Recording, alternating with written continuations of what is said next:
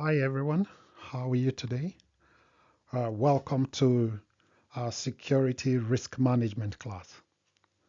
Right, and this class is going to come in two parts. We are going to have right now the theoretical angle to this class, and in a subsequent video, we're going to have the practical class where we actually apply practically whatever we've learned, during this theoretical class. Right, so we are going to be using for the practical class, we're going to be using a fundamental tool of Excel to actually carry out what we call qualitative risk assessment.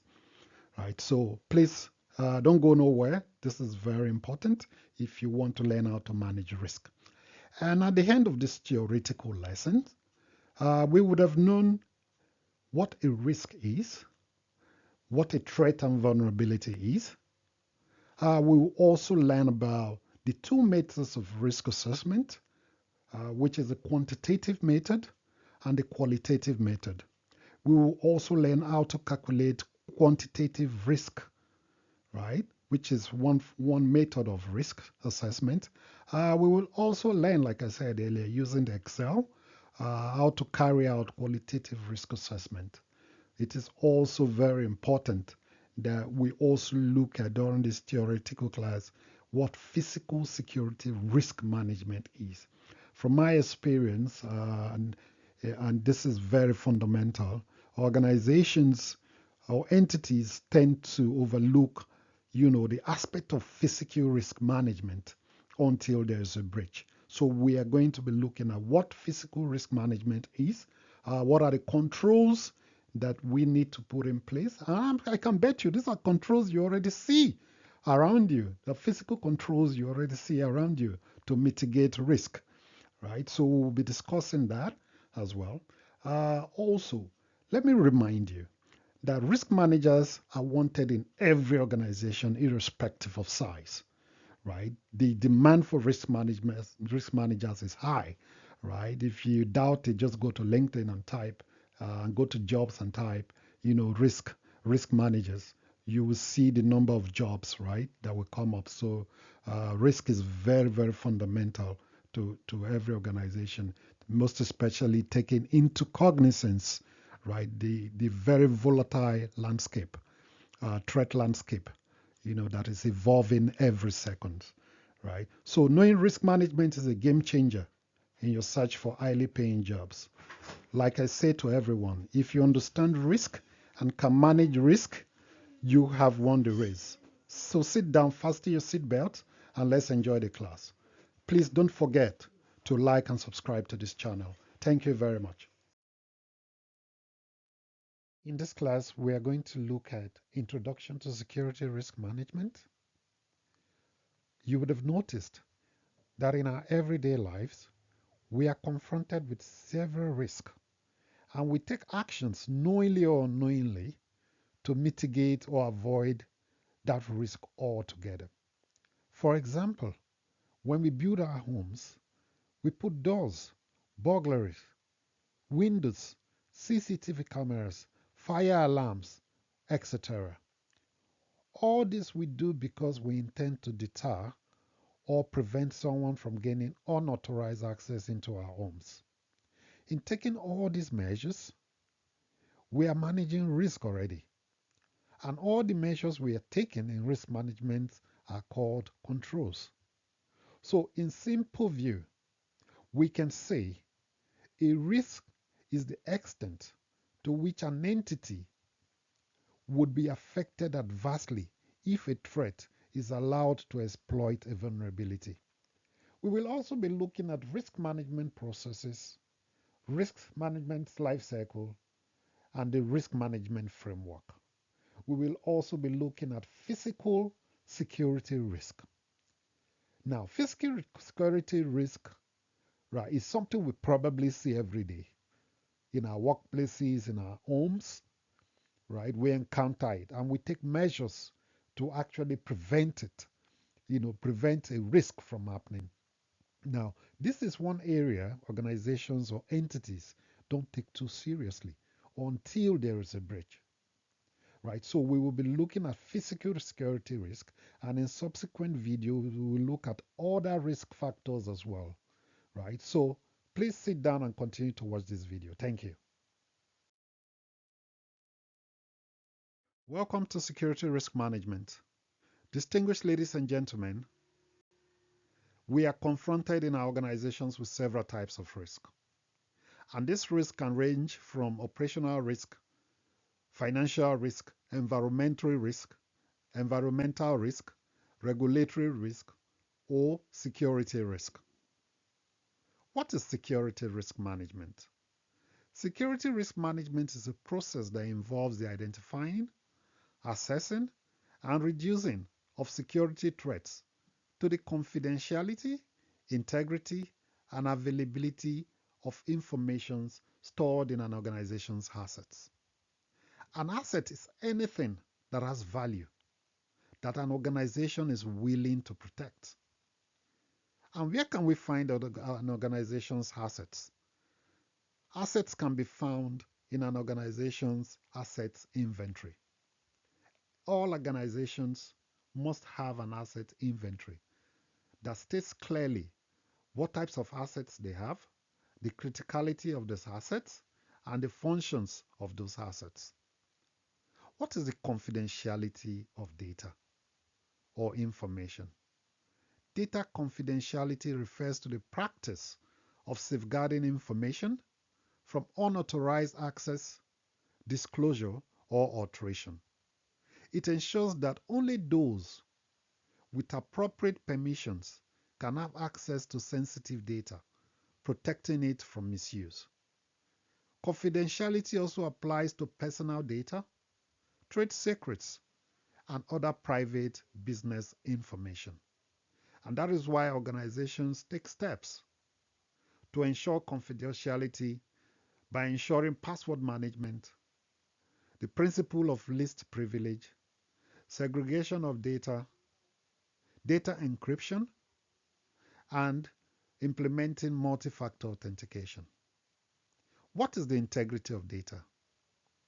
Data integrity is the assurance that an organization's data is accurate, complete, and consistent at any point in its life cycle. Maintaining data integrity involves safeguarding an organization's data against loss, leaks, and corrupting influences. What is data availability? Data availability is the practice of ensuring that an organization's data can be accessed and used when it is needed.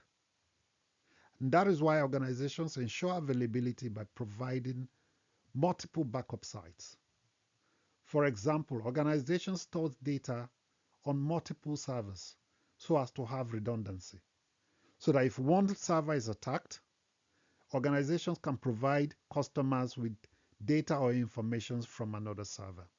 You can imagine if you go to your web browser and type amazon.com and you get an error message, or because one of Amazon's data has been breached, a server has been breached, right? So organizations take steps to back up their data on multiple sites or on multiple cloud providers, so that at every point in time, customer information is not just secured, but it is available for use. Thank you. Sit down as we proceed with this class. Thank you. In security risk management, there are basic terminologies that every risk manager must get used to. These terminologies are risk, assets, threats, vulnerabilities, likelihood, impact, risk owner, and controls. If you must deal with risk, right, it is extremely important, right? You know what these terminologies are. You don't just know what they are, but you know what each of them means, right? So it is important, right, to know the definition of this, to know what this stands for, right? If you must be able to manage and talk about risk management. So as we go on in the next slides, we will define what these terminologies are, and then we will talk about them, further. The first terminology we are going to discuss about today is risk itself. Can you imagine? We are discussing security risk management, and the first terminology we need to know about is risk itself, right? What is a risk, right? Here, I define a risk as a measure of the extent to which an entity is threatened by a potential circumstance or event. And typically, it is a function of one, the adverse impacts that will arise if the circumstance or events occur. Two, the likelihood of occurrence of that event, right? And if you see at the beginning of this class, I said risk is what? Impact times likelihood, right? So if a risk occurs, right, what is the impact it will be to that organization? What impact will it cause to that organization, right? For example, let's even use our home, right? We have critical assets in our houses, and a critical asset to you may be your TV set, your laptops, and other gadgets in the house. Now, if you leave your door open, right, what what is the impact that will happen to you if that your laptop is stolen, right? What is the impact that will happen, right, if that your TV is stolen, right? How is it going to impact you? This is something you can qualify, right? The impact you are going to feel. It's the same thing with organizations, right? When an asset is breached, right? What is the impact it's going to have on the organization, right? If you look at some critical organization that has been breached, this year alone, right? For example, the health private health insurance organization that was breached in the U.S., right? I think they paid about $20 million, right, to hackers. They suffered a ransomware attack. They paid about 20 or $30 million, right, just to get their data back. Now, think of organizations that are not so massive. Think about what 20 million or 30 million can do to that organization's budget, right? If it's not a very strong organization in terms of finance, right, that organization can go down for it, right? So, what is the impact, right? What is the likelihood that when you leave your door open, right, someone will come and steal something from there? What is the likelihood? Likelihood can also depend on your neighborhood, right? If you stay in a very, very poor neighborhood where there are where unemployment is high, where there are so many job seekers, right? There's likely high possibility that someone would definitely enter your home to steal something. So what is the likelihood? It can be qualified, right? So the likelihood that that vulnerability is going to be exploited times the impact you are going to feel, right? Or your organization is going to feel is what is called risk. So risk in simple terms is what is equals to likelihood times impact, right? And we can categorize risk. We can say risk is low, medium, or high. And as we go to the practicality, right, of risk management using the fundamental tool of Excel, you will see how we prioritize risk and how we categorize risk, right? Some organization will categorize their risk as low, medium, high, and critical. While some will categorize their risk as low, medium, or high, right? I think the seriousness of what we need to take from this is risk is what? Impact, right? The impact you feel if you have unauthorized access or if someone steals customer data. What is the impact that will be to your organization? The impact will be in terms of reputation, right? From regulation, right? And then from what it will cost you, right, in terms of customer trust, right, it's what is called risk. So risk again is what? Impact times likelihood. And when we were discussing earlier, I said something about assets, right? And I defined asset as anything that has value that an organization is ready to protect, right? So asset, what is it? What is an asset, right? What is a risk asset?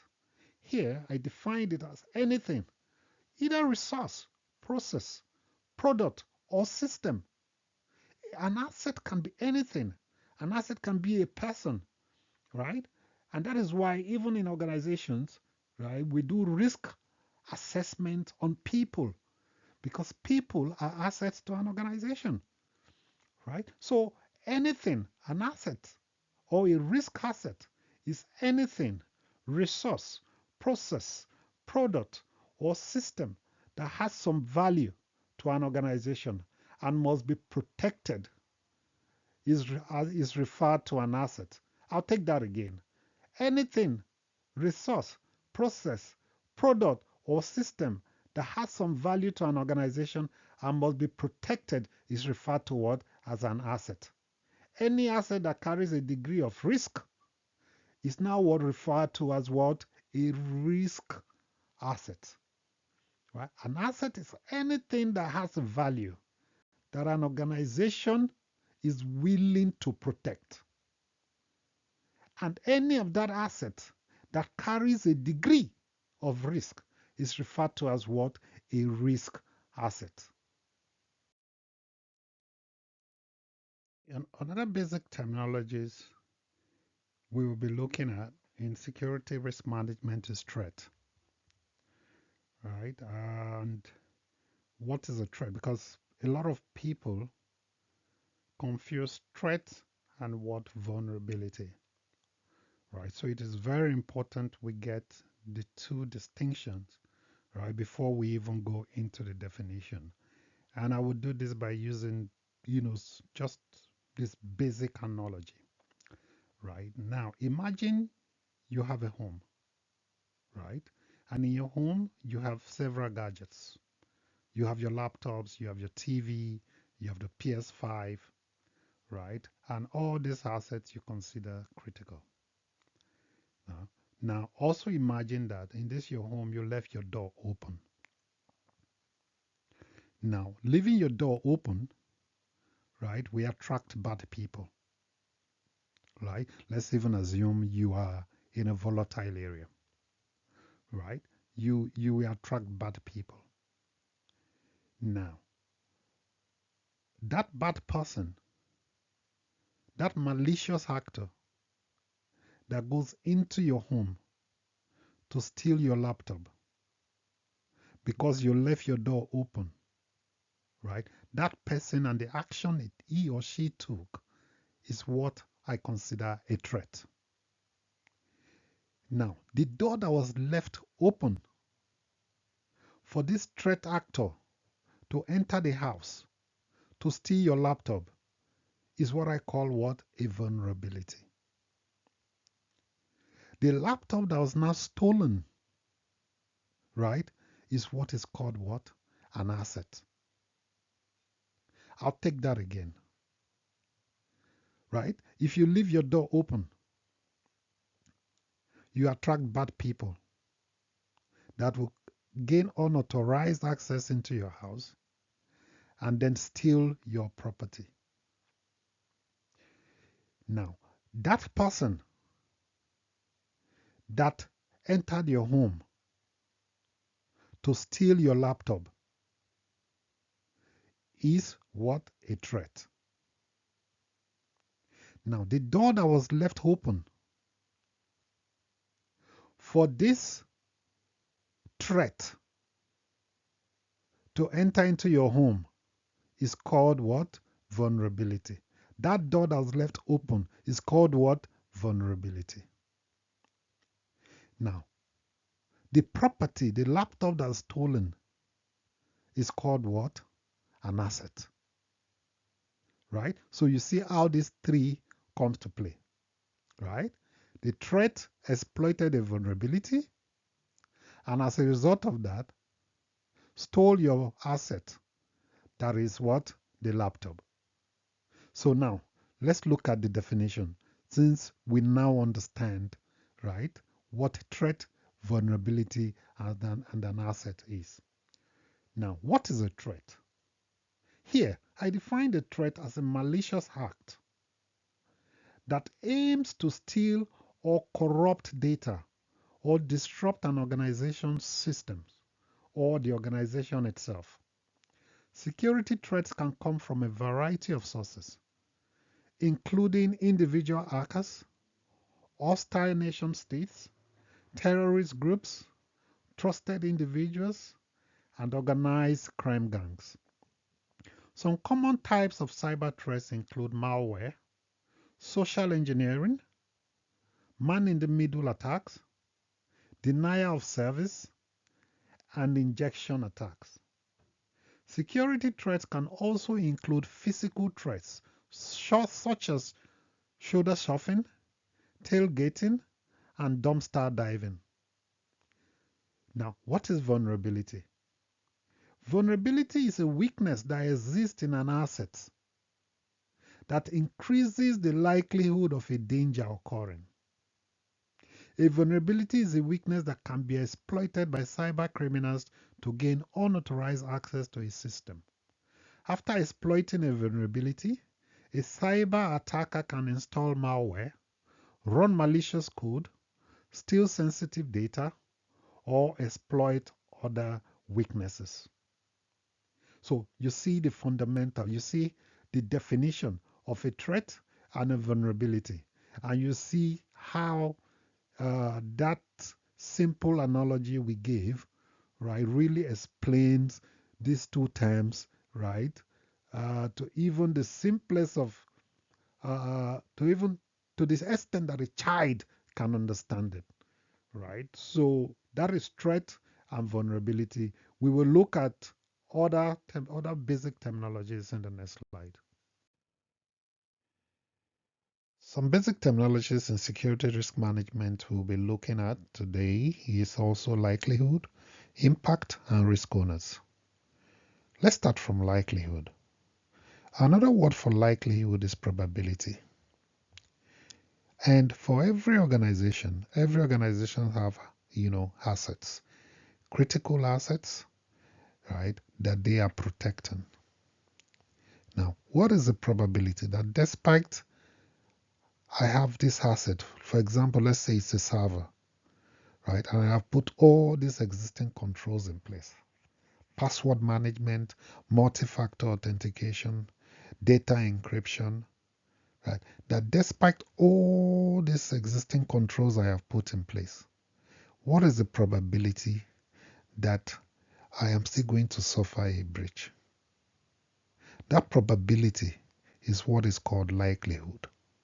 And usually in security risk management, it is determined by subject matter expert, right, who also doubles as what the asset owner.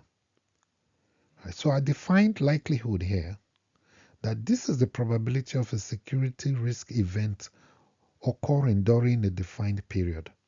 It is a metric that captures the possibility that a threat will exploit a vulnerability and thereby create an unfavorable outcome. What is an impact? When a breach occurs, right, organizations or entities suffers impact. This impact can be financial, it can be regulatory, it can be your customer leaving you, it can be the fact that you've been fined, right? So the degree of the damage caused by that unauthorized access to your server where customer information, right, has been stolen, that degree to which your organization is affected is what is called impact. And here I define an impact as the consequence or effect of information security risk events. It is the damage or harm that occurs because of a security breach. Who is a risk owner? A risk owner is an entity or a person responsible for managing threats and vulnerabilities that might be what? Exploited. The owner of each risk should be someone for whom the risk is relevant to their job and who has the authority to do something about its likelihood. A risk owner is somebody who is supposed to manage the risk that has been identified, the threats and vulnerabilities that may be exploited by a malicious actor. Right? And when we go to the practicality of this class, right, you will see who a risk owner is and what his roles are. Right? A risk owner should be somebody who is also influential in the organization. Right? For example, you cannot carry a threat to a server. The risk owner cannot be a security guard, right? Because what is the effect if there is a breach to that server on the work of the security guard, right? So a risk owner has to be someone that is directly involved and has the influence to do something about the threat and vulnerabilities that is facing that particular asset. And like I said, if we get to the practicality of the class, you will see who a risk owner is and what functions a risk owner should carry out. Another basic terminologies in security risk management is what? Security controls. What are security controls? These are policies, procedures, and other methods that reduce the risk to an organization's assets, such as people, property, and data. They are typically the result of an organization's risk management process, which includes defining the organization's IT strategy, security strategy, defining goals, and defining specific control objectives. For example, access controls can be physical, right, such as security doors, surveillance cameras, and security guards, right? It can also be environmental, such as fire suppression systems and climate controls. It can be biometric controls, such as fingerprints, voice, facial recognition, and handwritten recognition. Controls can be administrative as well, right? It can be procedures, policies, awareness, trainings, best practices, frameworks, and what standards, right? So anything an organization does, right, to mitigate or prevent unauthorized access, right? All those things that they put in place, either the security cameras, the surveillance cameras, or it also includes security guards, right? It includes multi-factor authentication, fingerprinting, handwriting recognition. It also includes, your policies, your trainings, right? What are the best practices, we use either from ISO 27001, right, or from the PCI DSS. All these controls, all these strategies we put in place, right, either physical or administrative, right, we put in place to ensure, right, to ensure that people don't just gain unauthorized access to customer information, as is what we call what controls, right? And if you see at the start of this class, I said something when I was talking about physical controls, that these physical controls are definitely what we have seen before, right? Uh, there's no one who can say, oh, I haven't seen a CCTV camera, or I haven't seen a fire suppression system, or my organization doesn't have policies in place to like actually deal with unauthorized access, right? So all these strategies we implement, right, are what is called what? Security controls. What is security risk management? I know we discussed this in one of the previous slides. Here, it's just to point to the fact that security risk management has four component parts, which has to do with the risk identification, risk analysis, risk evaluation, and the risk treatment. Here, I define the security risk management as a process that involves identifying, assessing, reducing security threats to the confidentiality, integrity, and availability of an organization's assets. Right? Identifying risk considers the likelihood of threat, exploiting vulnerabilities, and what the impact would be on that asset. Assessing risk means you prioritize this risk based on its likelihood and what impact. And reducing risk, you implement additional measures to lower the risk likelihood or impact.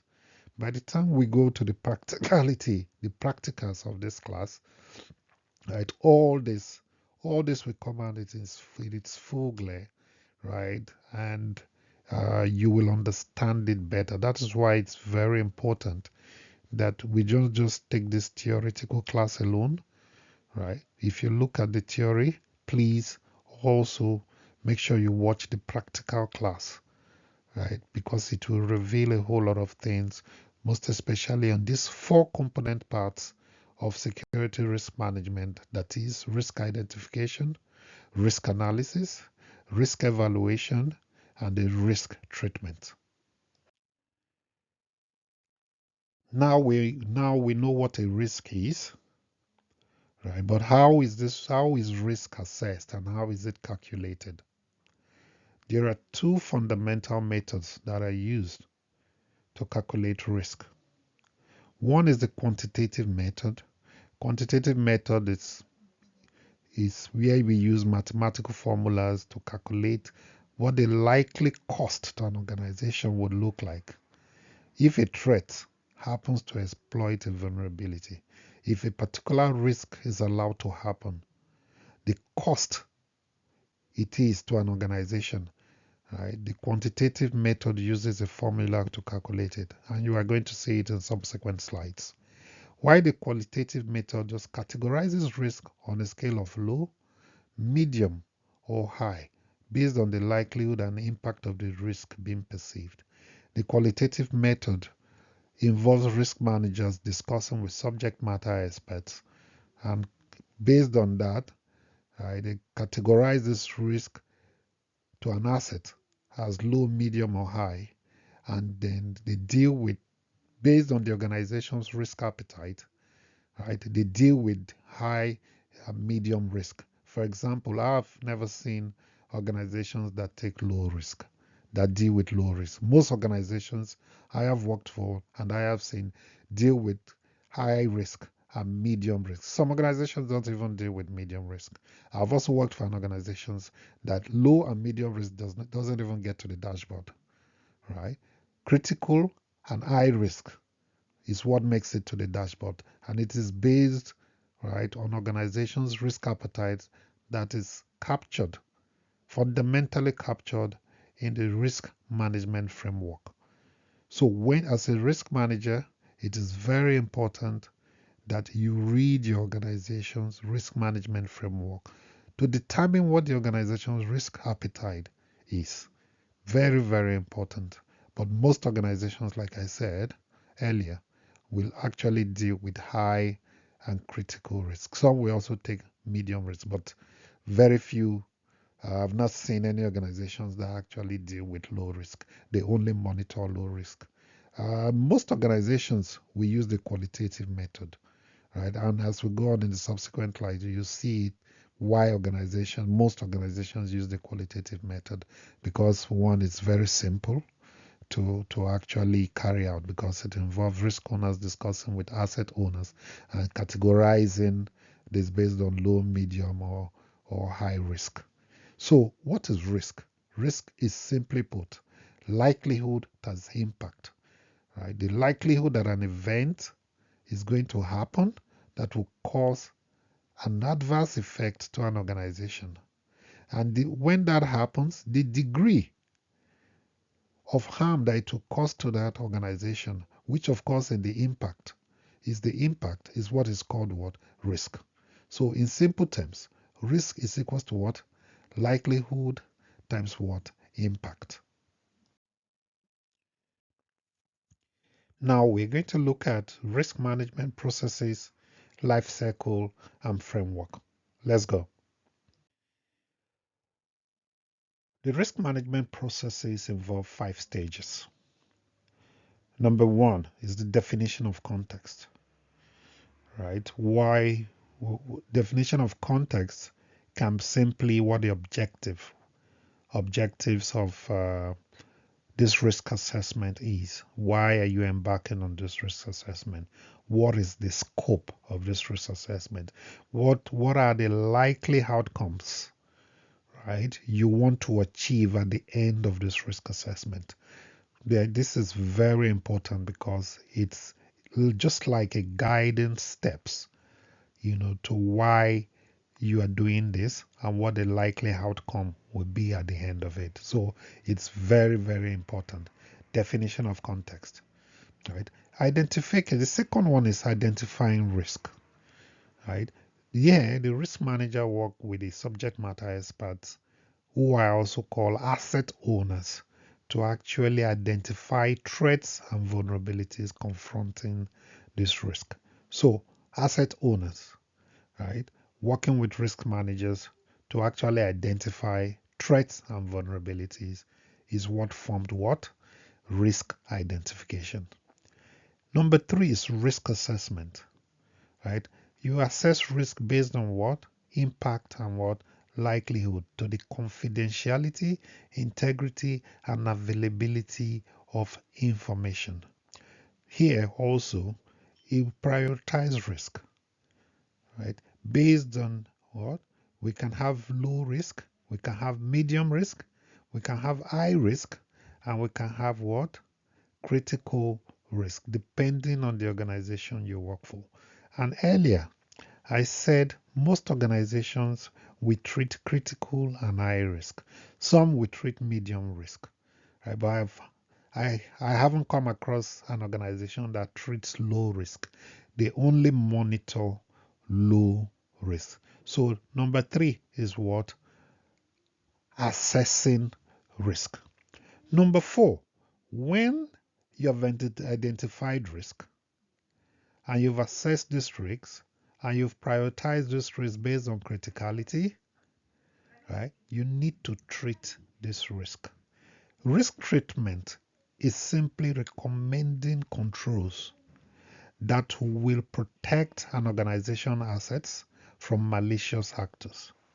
Now, these controls can be additional controls. They may be existing controls. But as risk managers, it is very important you work with the asset owners to actually determine if the existing risk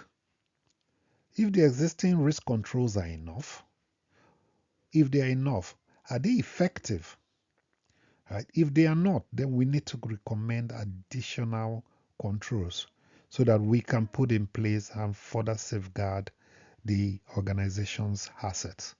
Right? So risk treatment involves those additional controls, right? Those recommending those additional controls and ensuring the implementation of those what? Additional controls. And as we go into the practicality of this class, right, you will see how this works out. All these 5 processes, you will see how it comes to play. And to give you a broader perspective, right, broader understanding to how as risk managers we manage risk. The last one is what? Monitoring and reporting risk. Right? It is very important that as risk managers we continue to monitor risk, right? Continuous monitoring of risk so that we don't lose guard. Right? The technology landscape, the threat landscape is evolving almost every second. Things are happening almost every second. So it is very important we monitor those threats and ensure that we have the appropriate control in place to actually safeguard our organization's assets. And of course, we must report risk, to stakeholders, informing stakeholders of the risk we are dealing with. What's the status of the risk? Are there any roadblocks? Are there any support required? Is there someone that is not supporting us? Right? Why is the particular critical risk not being dealt with? Right? So, and this risk reporting we report to stakeholders depends on your organization. It can be weekly, it can be bi-weekly, and it can be monthly. Right? For some organizations, it can even be maybe quarterly, right? But it is very important you know what your organization, how your organization manage and report risk, right? So it's very important we deal with these 5 processes. We look at it in its entirety, right? During the practical section of this class. And like I said earlier, don't just watch this theoretical aspect. It's very important you also watch the practical video to give you a better understanding of what these risk management processes are. Here, uh, it, we, here this slide still talks about what I explained earlier in the last slide. That has to do with what the risk management processes are. It's just a kind of definition to what those processes are. And if you look at defining the context, like I said earlier, right, it's all about stating clearly what we aim to achieve from this risk assessment and to ensure that the processes produces the right results. Right. So why are we embarking on this risk assessment? At the end of this risk assessment, what do we aim to achieve? Right? How do we? What is the scope of this risk assessment? Or is it for the entire organization, or is it just for a particular department? Right. So the scope has to be clearly defined as well. Right. So that is what definition of context simply means. Right? It also involves establishing management commitment to risk management. Very important. And I haven't stated this is very important because without management committing to risk, even if you look at all the standards, ISO 2100, ISO 2701, right, the PCI DSS, all known standards for managing risk, right, states clearly that there has to be what? A management commitment to managing risk. Because if there is no management commitment, right, you won't get the necessary push. So it's very important that management commits, right? We establish that management commitment to risk management. Right. So it also involves establishing a risk management framework. A risk management framework is just basically risk management policies, right? If your organization don't have a risk management framework or a risk management policy, then as a risk manager, it is very important you create one, because that is the basis for every risk management, because it will contain your risk matrices, your what the organization risk appetite is, right? What what the category, how you prioritize and categorize risk, right? It's always captured in the risk management framework. So it is very important uh, that is done. Also, defining the context also involves identifying stakeholders that will be involved in the risk management process. Earlier in the last slide, I said it clearly that most especially when you're managing risk, you are dealing with subject matter experts, right? Those subject matter experts, right? Those asset owners, those risk owners are all stakeholders in the process, right? That you as a risk management must work with to actually carry out risk assessment and implement those additional controls, right? That will drive further additional safeguards to organizational assets. Here we'll talk about the second part of risk management process, which is identifying risk. I spoke about this earlier. It involves, identifying threats and vulnerabilities that will affect the confidentiality, integrity, or availability of an information. This includes the identifying the specific parts of risk components, which is the assets, threats, and what vulnerabilities. These three components form risk identification. Knowing the assets, right, working with the asset owners to actually determine what the threats and vulnerabilities are, is what is what we call in risk management identifying of risk. And this entails understanding how the business operates. It gives you a clear understanding how the business operates, right? How data flows in and out, right? And how the system is used by who and why. When you do risk identification working with a subject matter expert, you get all this in details. It gives you a clear understanding of how data flows in and out, who is using this asset, right? And what are the threats and vulnerabilities, right, to this asset, right? All this comes under what? Risk identification. Here we look at the third approach to the risk management process, which is assess risk. Assessing risk is just looking at the potential severity of impact, which usually is a negative consequence, such as damage or loss, and what the likelihood of occurrence will look like. Earlier, I said it, risk is simply impact times likelihood. Right? So, assessing that risk is based on those two components: the impact, right? What the company will suffer if a particular risk occur, and what the probability of that risk, right, will look like is what we do when we assess, risk.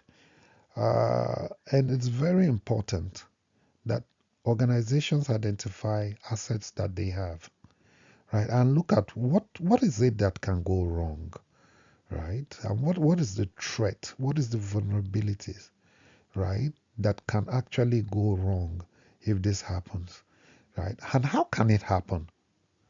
For example, we have a critical server that stores critical customer information.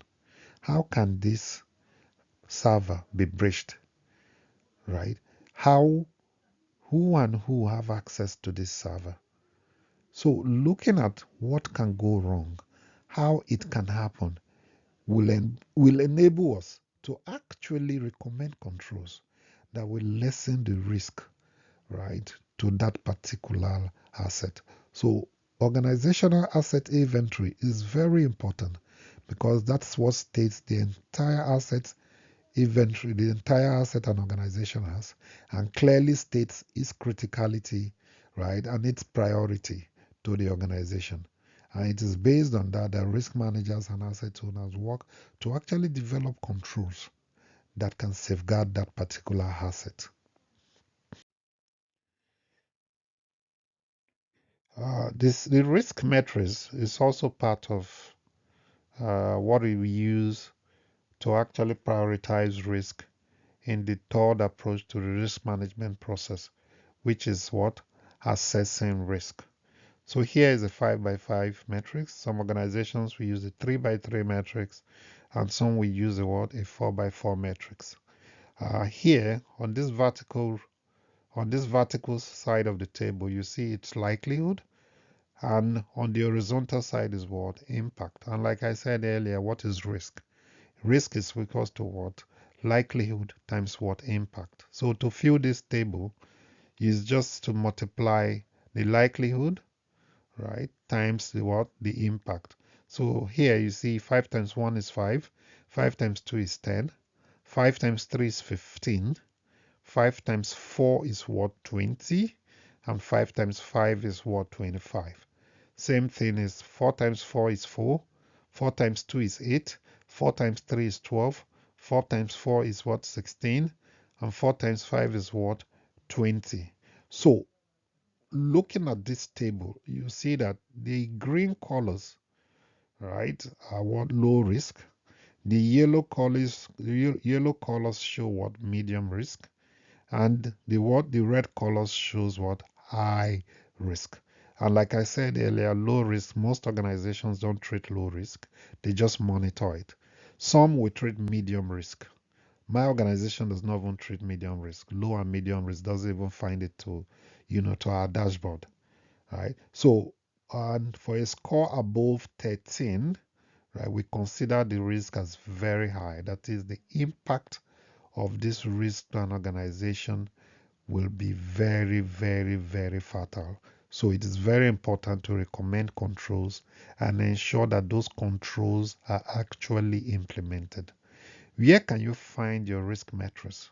Your risk matrix can be found in your risk management framework or your risk management policy. So as risk managers, it's very, very important you determine what your risk matrix is, because it will guide you, right, accordingly when you want to prioritize this risk. And we'll see where we're going to use this as we go into the practical section, right, of this class.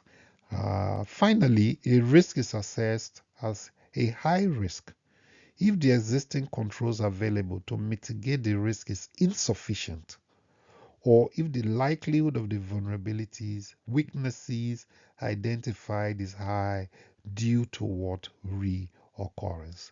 And this is what, I said this earlier in one of the slides, that as risk managers, it is very important we work with asset owners to actually look at existing controls, right? And what are these controls?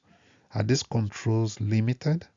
Are these controls effective? Are they doing what they are supposed to do? For example, right, you have a server that has existing controls, right, that has password management, a server that has multi-factor authentication, right? So as a risk manager, you need to determine, right, has this server been breached in the past? And in doing this, it's very important you look at historical data, incidences that have happened in the past, right? And you can look at it. You can say, okay, I want to look at the incidences that happened in the last 6 months. How many unauthorized access do we have? Have we experienced with this server, right? If you have, for example, in the past 6 months, for every month you have an unauthorized access, unauthorized access to the server, something is fundamentally wrong. Those controls are not effective, right? So when talking to asset owners, don't just take their words for it completely. It's also important that as risk owners, you ask for data, complementary data, so that you are satisfied that the existing risk is what it should be and it is effective. Now, if it is not effective, right, then you need to work with subject matter experts, those asset owners, to actually come up with additional controls. And those additional controls have to have clear ownership and timeline for completion. And it's also our duty as risk managers to ensure that we drive, we work, we collaborate with every aspect of the organization to implement these controls so that we don't have unauthorized access into our systems. The fourth approach to the risk management process is to treat or manage risk. The goal of the managing phase is to lay out and deliver a clear plan for dealing with identified risk. This stage of the process is crucial for realizing the benefits of risk management. And there are four main techniques for dealing with this risk. Right? Anyway, as risk managers, as you manage risk, there are four main techniques for dealing with it. Now, and these techniques can be risk avoidance. That's you intend to avoid this risk altogether, right? Or risk transference. You want to transfer, when you're doing risk transfer, is when you see mainly organizations outsourcing a part of the business to be delivered by a third party, right? So they're transferring that particular risk because they've seen that the risk, right, can be very detrimental and they cannot manage that risk in-house. So they transfer that risk to a third party, right, through a process called what? Outsourcing. Organizations can also accept risk, right? We've looked at this particular risk and we've seen that yes, it's a risk that we can do with because this particular risk, right, cannot, is either when it occurs, right, won't pose much of a threat to the organization, or the organizations believe that this particular risk can be better managed in-house. Right? So the organizations accept that risk.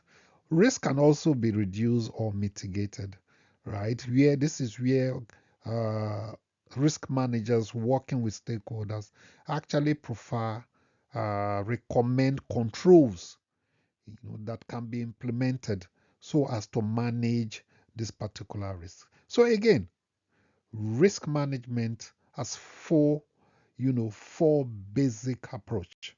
One is avoiding the risk, transferring risk, accepting risk, or reducing and mitigating risk. The fifth approach to the risk management process is monitoring and reporting. Right, I spoke about it, effectively in the first slide.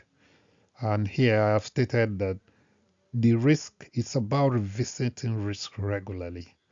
Right, and as risk management, we use the assess it and forget it approach when it comes to what? Managing risk. Right? All risk should be managed from the risk register. And let me state again, and I've said it, I think, about 2-3 times in the past. Don't just listen to this theoretical class. Don't just watch this theoretical class only. You will get a clearer understanding, a clearer perspective if you watch the practical lesson, right? Practical lesson, the video I'm going to make after this. It will give you a clearer perspective on how to manage risk, because I'm going to show how we manage risk using the risk register, using the qualitative method of calculating risk, right? So please make sure you watch that practical lesson. And of course, please subscribe to this channel and like and give us your feedback so that we can continue to improve on what we know how to do best. So the risk register has to be updated regularly, right? Because the threat landscape is evolving. There are several things going on in your organization, several things going on in the world of cybersecurity, several things going on in the world of information security, right? Your risk register shouldn't be disconnected from that reality, right? So it is very important you work with stakeholders to continue to update your risk register regularly, to capture what the threat landscape is, to capture what the risk status is, right? So that you can provide a clearer perspective to your organization stakeholders, right? And you can provide, when you are presenting, you're actually doing a presentation that captures the present reality of your risk management. This is very important for all risk managers. Right? So risk also involves continuous improvement. That means you have to plan, you have to do, you have to check, and you have to act. Right? So it is very, very important that as risk managers we continue to update our risk register. Yeah, earlier I already said there are two methods of risk assessment. One is the quantitative method, where we use mathematical formulas to actually calculate the cost implication of a risk happening to an organization. Why the qualitative risk assessment method, right, has to do with risk classification or risk prioritization based on low, medium, and high risk. Some organizations will also have critical risk. I also said the qualitative risk assessment is based on the experience of the asset owner, who doubles as a subject matter expert, right? And I also said most organizations use the qualitative risk assessment method because it is very simple. It is based on the experience of subject matter expert, right? And it doesn't take time at all to conclude, right? So there are two risk assessment methodologies: the quantitative method and the qualitative risk assessment method. Why do we conduct risk assessment? And what is the importance of risk assessment?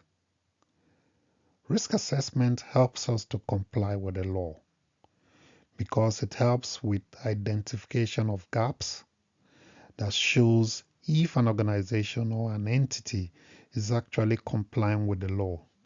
And where you don't comply with the law, there is a likelihood that you get fined hugely by regulatory bodies, right? So conducting risk assessment from time to time, right? Identify gaps where organizations or entities are lacking when it comes to complying with the law.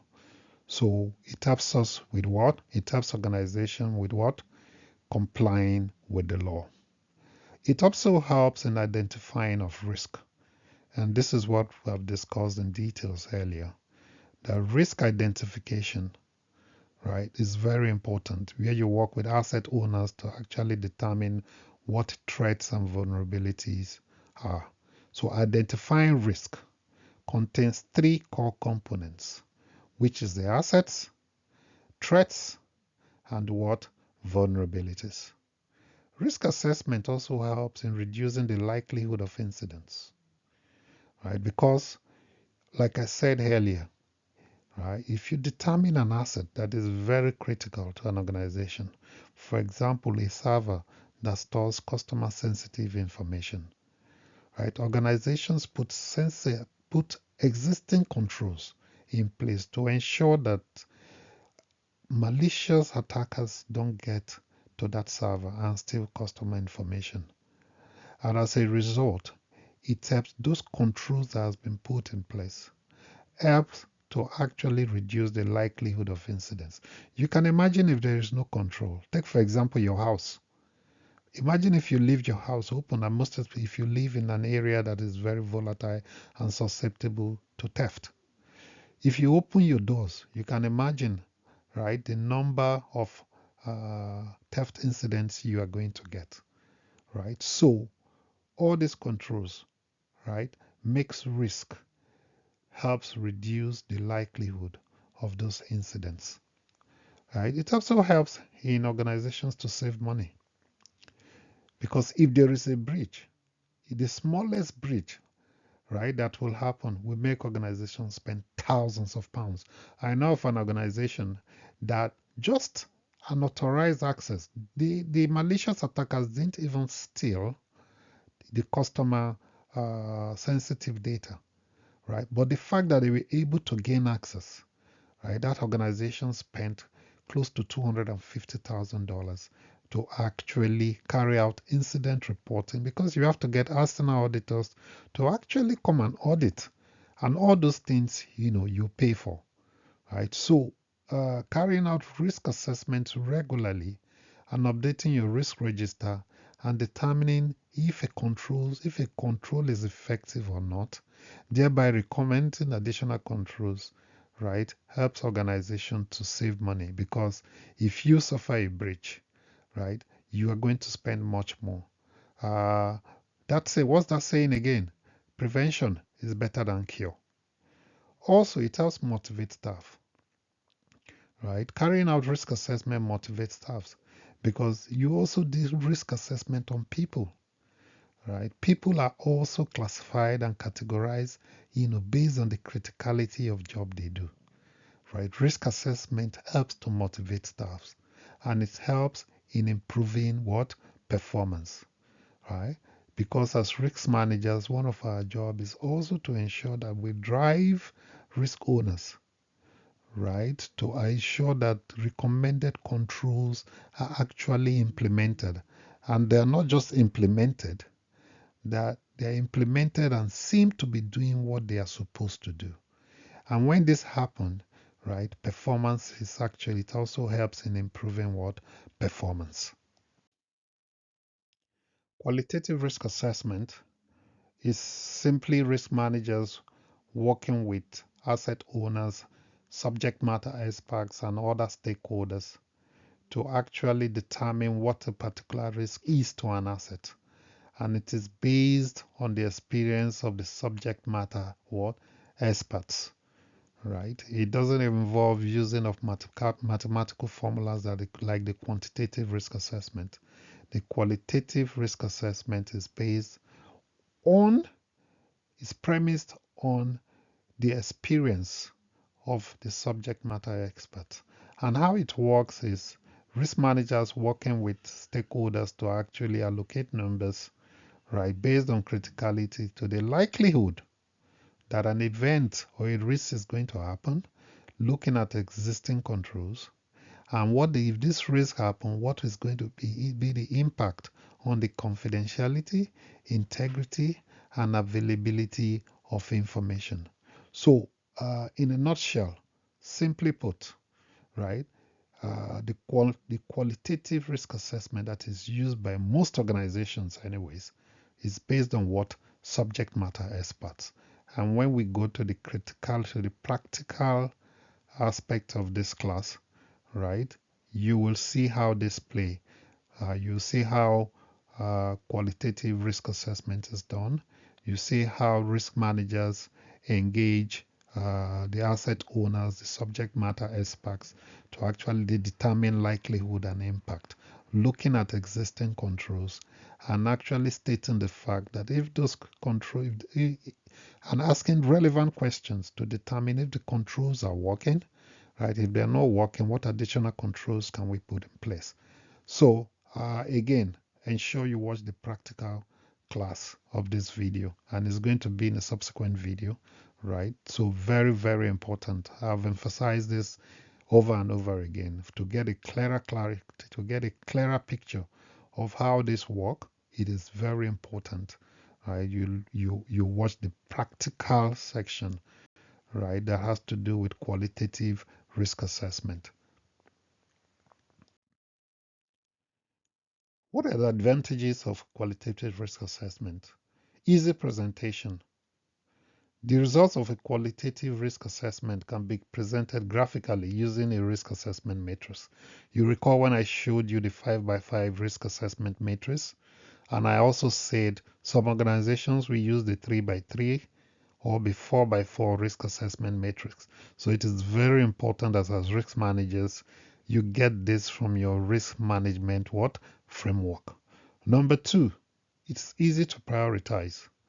Right? The qualitative risk assessment, right, will tell you if a risk is low, medium, or high.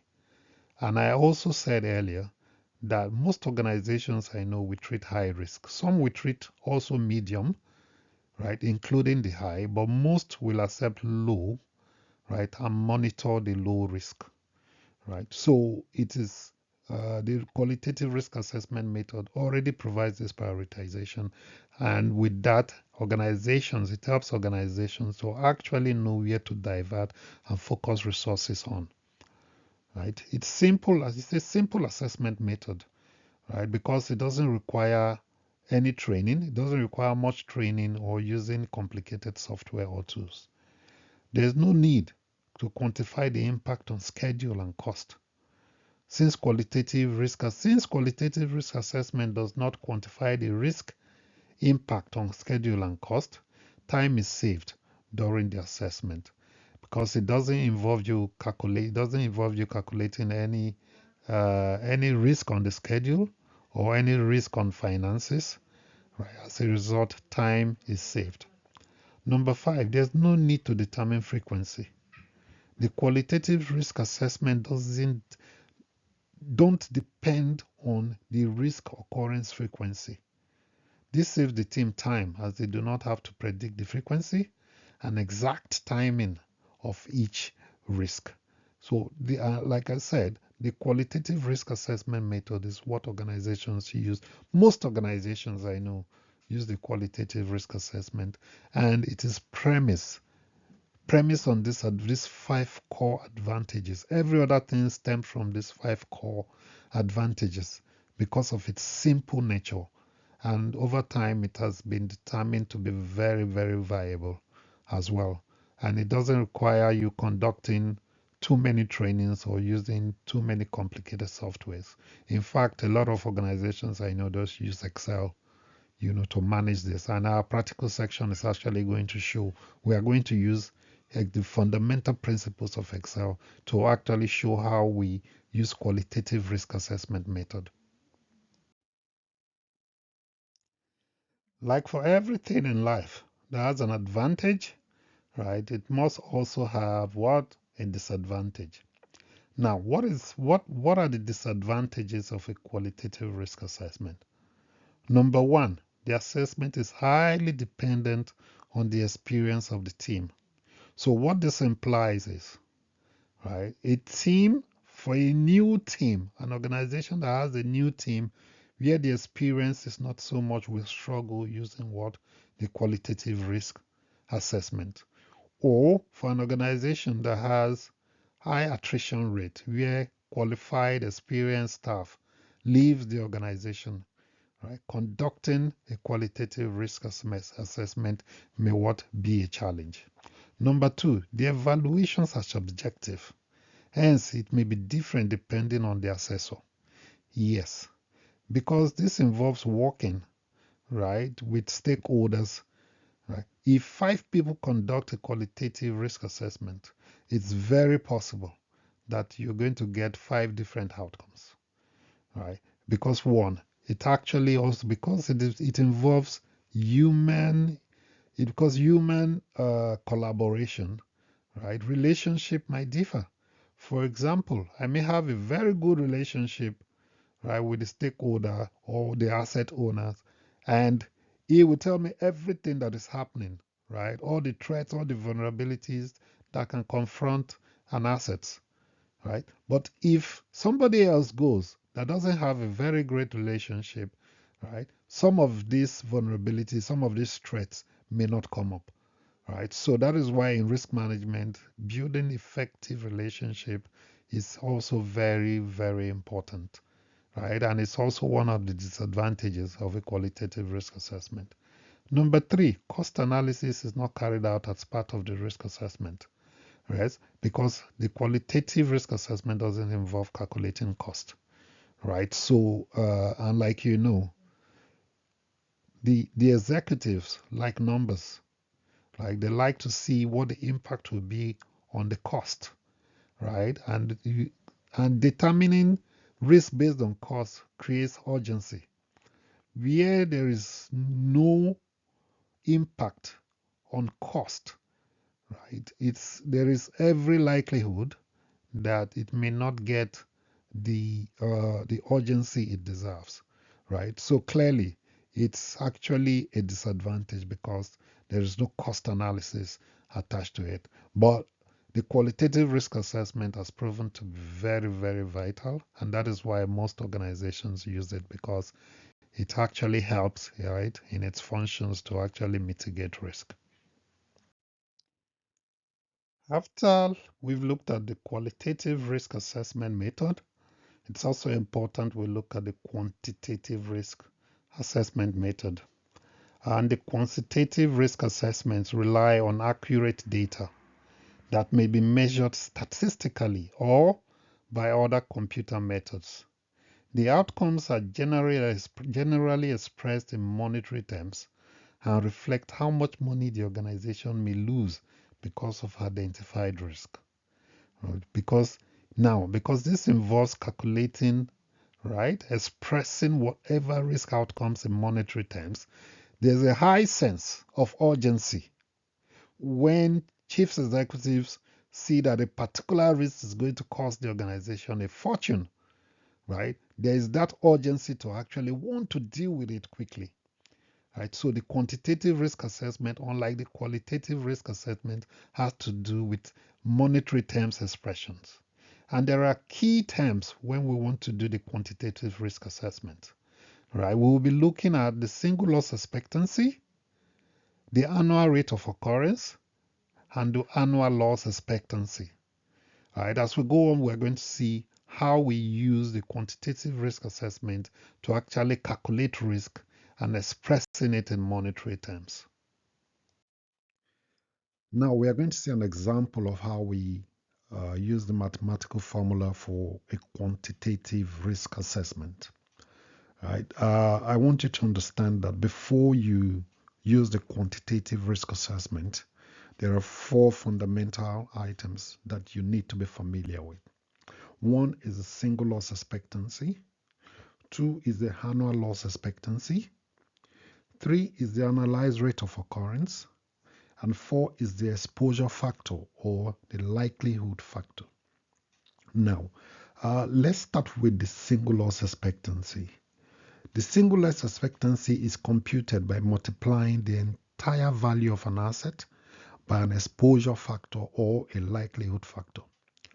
the asset's total value is equal to its individual TCO. What is TCO? A TCO is the total cost of ownership. So the asset's total value is equal to what? The total cost of ownership. Right?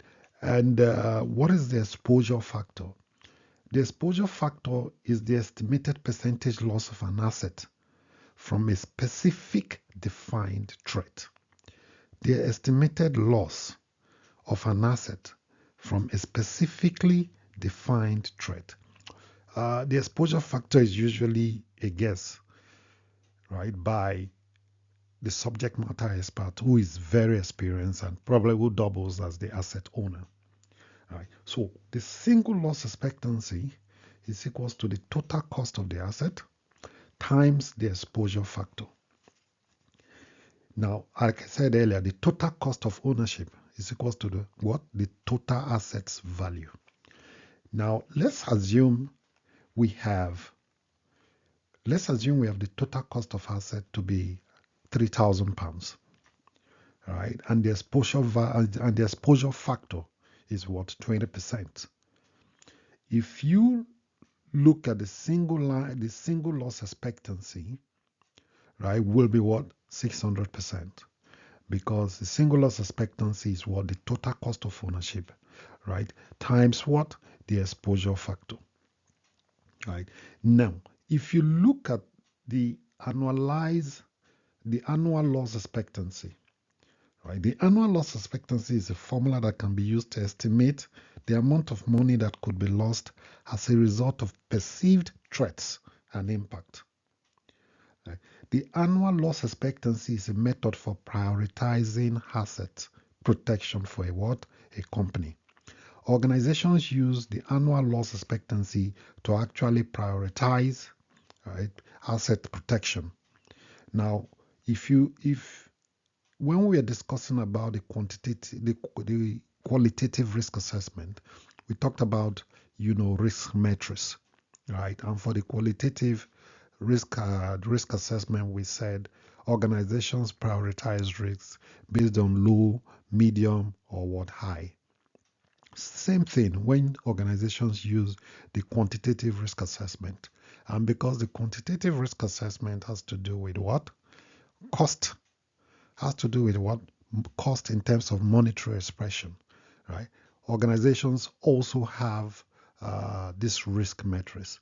For example, organizations can say, right, for a low risk, right, anything less than £1,000, right, annual loss expectancy, right, anything below or equal to £1,000 will be considered as what? Low risk. Organizations can also say that for a medium risk, right, anything above 1,000 but equal to 3,000 is what?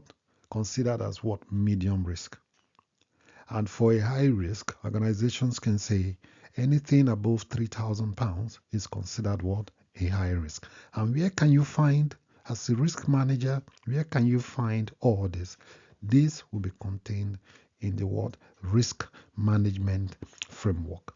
Now, if you look at to calculate the annual loss expectancy based on these numbers, right? We've concluded that the annual loss expectancy is what? £600. Sorry, we calculated the single loss expectancy to be what? £600. Now, to calculate the annual loss expectancy, by the way, you cannot calculate annual loss expectancy without calculating the single loss expectancy. Now, annual loss expectancy is equals to what? Single loss expectancy times annual rate of what? Occurrence. What is the annual rate of occurrence? It is the probability that the threat would occur each year. Same thing like the exposure factor is an educated guess. But this guess has to be what? Has to be given by somebody who is experienced. And I said in the security arena, a technical staff can probably judge the likelihood of a threat occurring better than what? A business staff. So the annual loss expectancy is equal to what? Single loss expectancy times the annualized rate of occurrence. So let's assume, now we've calculated, based on our calculation, we have the single loss expectancy to be what? £600. Right? If we now say, based on expert judgment, that the annual rate of occurrence is what? 10%, right? That means our annual loss expectancy will be what? £60. And if we go to our risk matrix that is here, we said anything below £1,000 is what? Low risk. So that means an annual loss expectancy of £60 is what? Low risk. Organizations can accept it. This particular organization can say, yes, it's less than £1,000. So what? We are going to accept it. But let's imagine that the total cost of ownership of this asset is what? £3 million, right? And the exposure factor stands at what? 20%. Right? This time around, our single loss expectancy, that is the TCO times what? The exposure factor will be what? £600,000. Right? Now, to calculate the annual loss expectancy, which is the single loss expectancy of a TCO of 3 million, right, will be what? 600,000 times what? 10%. Assuming the annual rate of occurrence stands at 10%. Right? So the annual loss expectancy, right, of a TCO of 3 million will now be what? £60,000. And if you go to the risk matrix, £60,000 will be considered high risk because of what? It's greater than what? £3,000. Right? So this is how organizations prioritize risk, right, using the quantitative method. What are the advantages of quantitative risk assessment? Earlier, we discussed the advantages of qualitative risk assessment. So, what are the advantages of quantitative risk assessment? One, quantitative analysis eliminates subjectivity by relying on objective techniques and measures. Unlike the qualitative risk assessment that basically endorses subjectivity, the quantitative risk assessment eliminates it altogether. Two, the value of the assets, the total cost of ownership, and risk mitigation methods are well known. In quantitative risk assessment, the entire value of the asset, which of course can also be said to be the total cost of ownership, of that particular asset, is well known. Number three, it obtains more accurate image of risk. When we are discussing about the qualitative risk assessment, I said it that if 5 risk managers conduct 5 qualitative risk assessment, it is possible they all come out with, almost, the same results.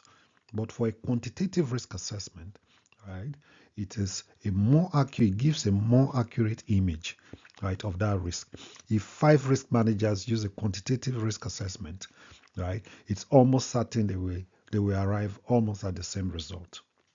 Number 4, it allows for definition of consequences of incidents occurrence in a quantitative way. Number 5, senior management relies significantly on cost-benefit analysis to help them minimize high-risk initiatives initially. Like I said, senior executives rely more on monetary terms.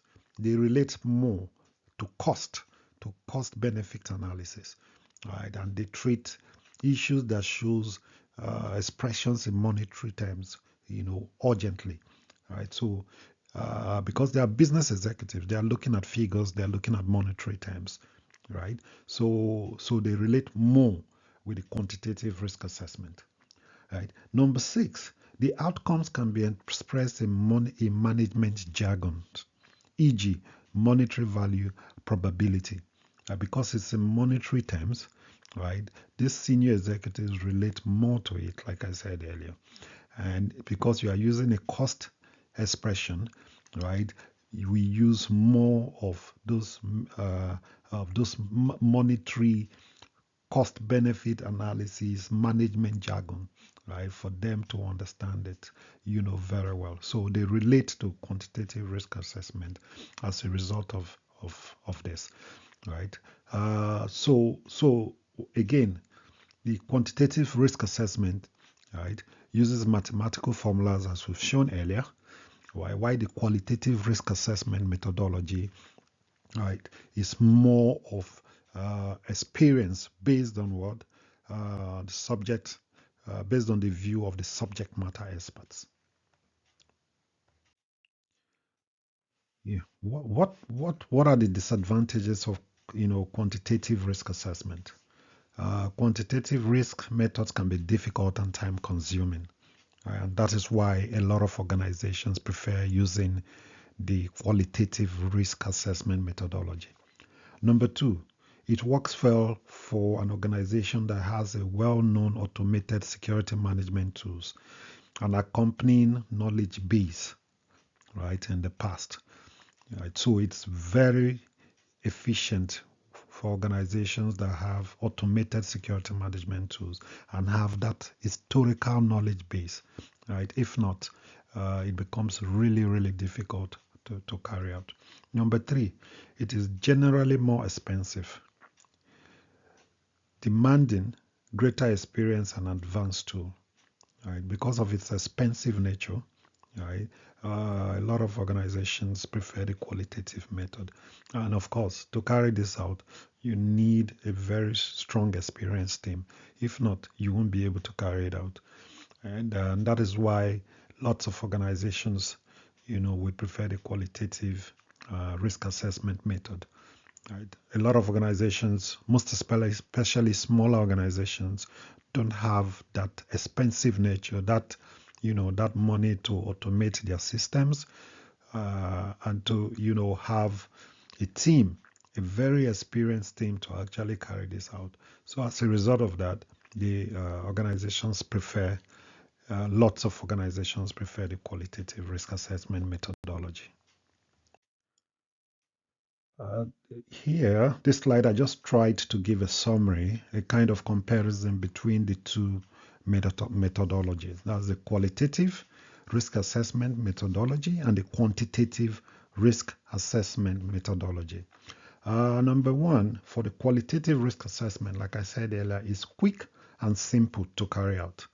Why the quantitative risk assessment takes a lot of time. Also, the qualitative risk assessment, deals with risk levels. Why quantitative risk assessment deals with project levels. And anything project is really time consuming because it involves lots of rolling branches that needs to come together to actually make it very, very effective. Right. So qualitative risk assessment deals with risk levels, while the quantitative risk assessment deals with what? Project levels.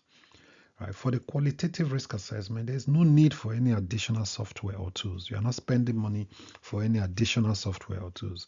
Lots of organizations just use the Excel, except they use the Excel tools to actually carry this out. Right. So that you don't have to get any special tools or software. Why the quantitative risk assessment may necessitate specific tools. Like I said earlier, it functions very well for larger organizations that have almost all their systems automated. For qualitative risk assessment, subjective probability and effects assessment. For quantitative risk assessment, time and cost projections that are based on probabilities. Because it involves time and cost projections, it will definitely take time to actually carry out. Finally, qualitative risk assessment can be performed by technical and non-security staff. Right? Why for a quantitative risk assessment, mostly it is performed by technical and security staff. So this is, you can see why lots of organizations actually go for the qualitative risk assessment than the quantitative risk assessment, even though the quantitative risk assessment, right, we give a more accurate image of the risk, right? And business executives will relate more with it. But the qualitative risk assessment, right, has been found to be also very effective. So on this slide, I've just highlighted the steps, right, that we need to follow to conduct security risk assessments. And it doesn't start from the top this time around. It starts from the bottom. And all the steps I've highlighted here, I think we have discussed, in this class. First, you need to define your technique for assessing risk. How do you want to assess risks? What is the why are you doing this risk assessment? What is the scope of the risk? All this needs to be put in place to give clarity, right, to what you are going to do and what the necessary outcome will look like. Also, number two, you need to make a list of your information assets and rank them in order of importance. Very, very important. And if you recall, I said this earlier, that as risk managers, for example, let's say you are employed newly to an organization as a risk manager. One of the first things you ask is their assets inventory, right? Because every organization needs to have an assets inventory, right, for proper risk management. So you need to ask, do you have an asset inventory? And you'll be shocked that lots of organizations don't have assets inventory, and lots that have don't even update them, right? So you need to set that as priority, right? Make the list of your information assets and work with the asset owners to actually rank them in order of importance. Because in risk management, we don't just deal with every asset, because resources are limited, right? We deal with critical assets only that portends the highest degree of impact, negative impact to an organization. Right. So after that, you need to identify threats and vulnerabilities. And earlier I said it that in the identifying of risk, there are three core components there, which is the assets, right? The threats and what? The vulnerabilities. So we need to identify this. Then we need to evaluate the risk. We evaluate risk based on what? Likelihood and impact to confidentiality, integrity, and availability of information, right? And then we need to prioritize those risks accordingly based on your risk metrics that can be found in the risk management framework. Organization will prioritize these risks as low, medium, or high, and some will also include critical, to actually prioritize those risks. Also, you need to apply risk treatment options. Now, in application of risk treatment options, you must have identified the risk. You must have, assessed the risk, looking at existing controls, right, and determining if those controls are limited or if they're effective, right. And you can also do this by looking at historical precedents, right? For example, you can say in the last 6 months or 1 year, for this particular risk, how many times has it occurred? And based on that, you can determine its likelihood and work with the asset owner to actually determine its impact, to your organization. And based on that, if a control is not effective, right, team will recommend additional controls, right, and also follow it up to ensure that those controls are implemented. And after that, also confirm after implementation, you need to confirm if actually those controls that has been put in place are functional. So that is the risk treatment option. Then you need to compile the risk report. Very important for stakeholders to give visibility and status of risk, to stakeholders and ask for support where necessary. And lastly, you need to audit, monitor, and review risk consistently, right? Because the threat landscape is forever evolving, So our risk register or the way we manage risk must also continue to evolve. So it's very important when you apply this risk treatment, you need to continuously audit it to actually see if those controls are functional, right, and continue to monitor and review it from time to time. Organizations will actually state in the risk management policy, state how often, this risk should be the risk register or organizational risk should be reviewed. And that is also captured in the risk management framework. Some organizations will say monthly, some will say maybe quarterly, and some can say maybe twice a year, right? So it depends on one organization to another. So as a risk manager, you need to be able to determine that in the risk management process. Physical security risk. This is one area lots of organizations don't pay attention to until there's a breach. Right? And there are things that they consist of controls that we see in our everyday lives, basically. Right? So it's very, very fundamental, and that is why I've brought this up to look at physical security risk, right? Because organizations don't pay attention. Lots of organizations don't pay attention to this, right? And so, what is a physical security risk management? What are controls that we use to actually manage physical security risk? It is tempting to dismiss physical security as a thing of the past, given the constant warnings about hackers, general cybersecurity, and digital theft. However, information security attacks is not only digital, and that is the mistake, because we've always been bombarded, about malicious actors acting, over the internet to steal our information.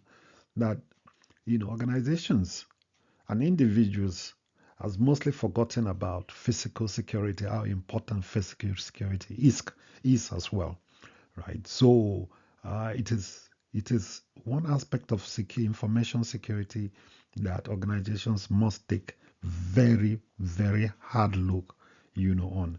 However, if security attacks is not only digital, before undertaking a physical security risk assessment, most businesses wait until they are confronted with a major hazard.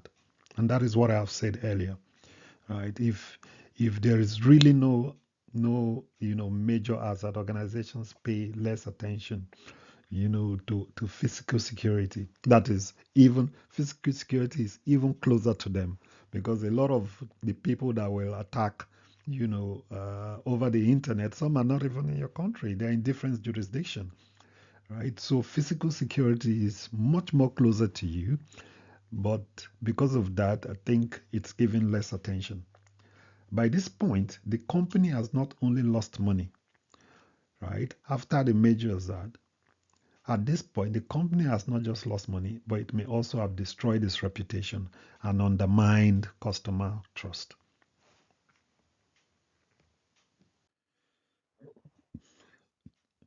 So, having stated the fact that organizations need to pay attention to physical security, what then is physical security?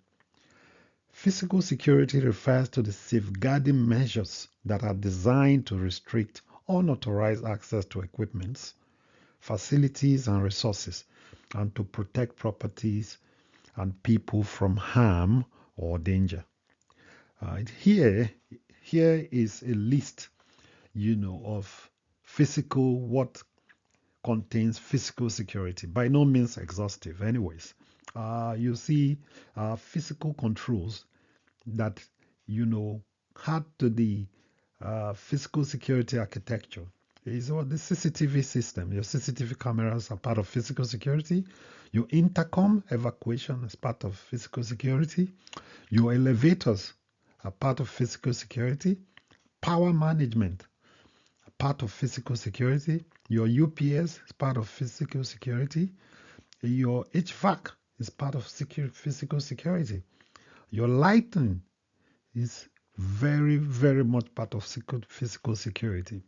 Have you noticed for a fact that if you go to an area where you see gangs and bad people congregate, most especially at night, right? The moment you put lighting there, you see them, they don't come there any longer. They disappear, right? So That is an aspect of what? Physical security. Your alarm system, right, is part of physical security. Your intrusion detection is part of physical security. Your physical access control is part of what? Physical security. So all these, sorry, all these are controls put in place, right, to actually deter malicious actors from gaining physical access into your facilities, right, or your people, right? So it is, like I said earlier, these are things you actually see as you carry about, you go about your daily activities, even in your offices, that you may not know are actually part of, controls that form physical security.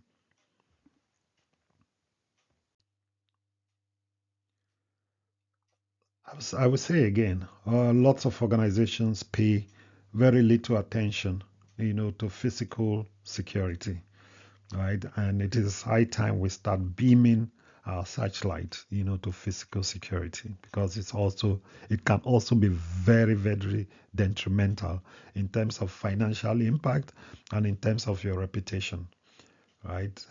So it's also very, very important. If you go to some organizations that take physical security seriously, right from the gate, you see processes they put in place. Some you have to follow a defined path, right, to get to any offices, to the office you are going to. Some you have to get a biometric card, to be able to gain access, to somewhere you're going to. Some you see physical man security guards, right? All these are controls to actually deter unauthorized access. So, what are the steps we should take in performing physical security risk assessment? Right. First, we need to identify the risk, right?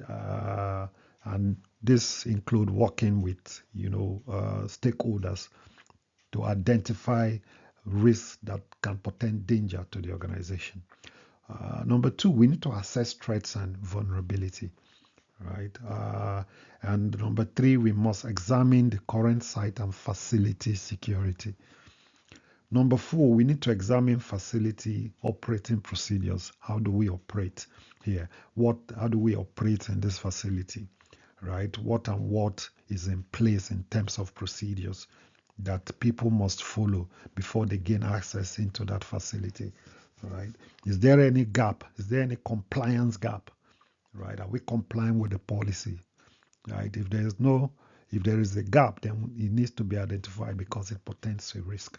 Right? And then lastly, we need to review the physical security systems. Right? If your organization, if you notice as a risk manager that your organization has not been paying attention to physical security risk, this is the time to actually activate the process. Right? Have that discussion with management, right, and highlight the risk that is involved, right? And also we can look at what the cost can be in terms of monetary terms, right, to your organization. If a physical security breach happens, right? So very important as risk managers to actually start looking at physical security risk management. And at last, we've come to the end of this class. We've looked at information security risk, uh, how important it is, and what we need to do to actually manage risk. We actually look at the two risk assessment methodologies. Those are the quantitative and the quantitative risk assessment methodologies. We've actually looked at physical risk as well, right? We've looked at risk processes and risk management life cycle, right? And we've identified what risk is and what threat and vulnerabilities are. We've also discussed, how important for organizations to carry out risk reviews and to monitor risk. We also discussed about risk matrices, right? I stated that some organizations use the 5x5. Here, We actually use the 5x5, but there are some organizations that use the 3x3 matrix and some the 4x4 matrix. And I've also said that there's a practical section to this class as well, and that is going to come in a subsequent video, right? So do not, very important, you look at the theoretical, watch the video of the theory class, have an understanding, right, of what information risk management is about, and then it's also very fundamental to look at the practical class that shows the practicality of everything we've discussed in the theory class, right? So thank you very much for staying with us in this class, and I hope to see you in the next class. And please, please, right, if you love this video, if you love our content, please like and subscribe to our channel. Thank you very much.